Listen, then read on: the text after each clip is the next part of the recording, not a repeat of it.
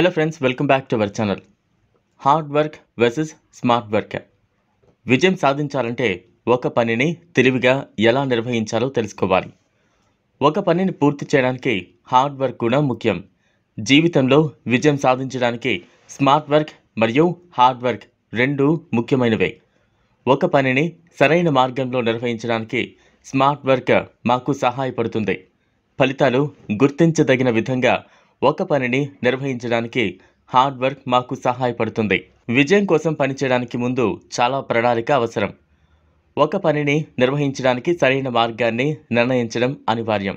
Smart workers అంటే సులభంగా end పాయింట్ను చేరుకోవడానికి సరైన వ్యూహాన్ని ఉపయోగించే వ్యక్తులు. కష్టజీవులు అంటే అందరి చేత గుర్తించబడే వ్యక్తులు.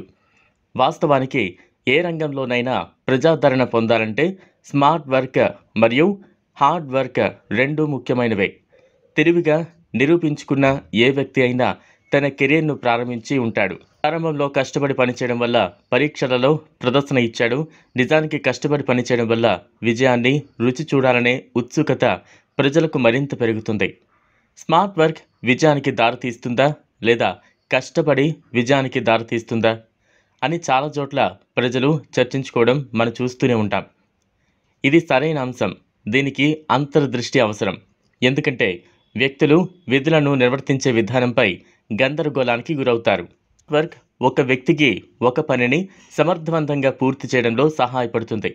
తక్కువ వనరులు మరియు తగ్గిన ప్రయత్నాలతో తక్కువ గంటలలో ఎక్కువ పని. హార్డ్ వర్క్ కూడా ఒక పనిని విజయవంతంగా పూర్తి చేయడానికి ఒక వ్యక్తికి సహాయపడుతుంది. కానీ సమయ వినియోగం ఎక్కువగా ఉంటుంది మరియు తక్కువ వనరులతో పనిని పూర్తి చేయగలిగితే ఎటువంటి హామీ ఉండదు. కష్టపడి పనిచేసే వ్యక్తి ఒక పనిని పూర్తి చేయడానికి చాలా కష్టపడాలి.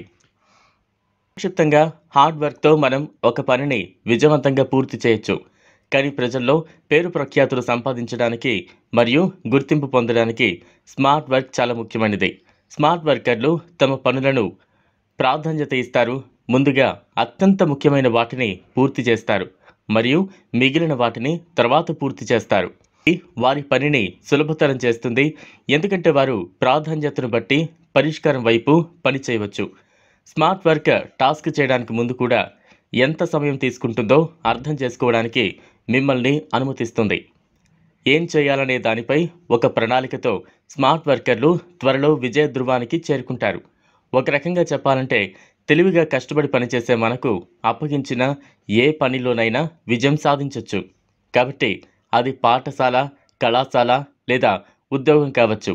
తక్కువ వనరులతో తక్కువ సమయంలో ఒక పనిని పూర్తి చేయడం మరియు అదే సమయంలో లోపాలు లేకుండా ముగింపు స్థానానికి చేరుకోవడం ఎలాగో నేర్చుకోవాలి.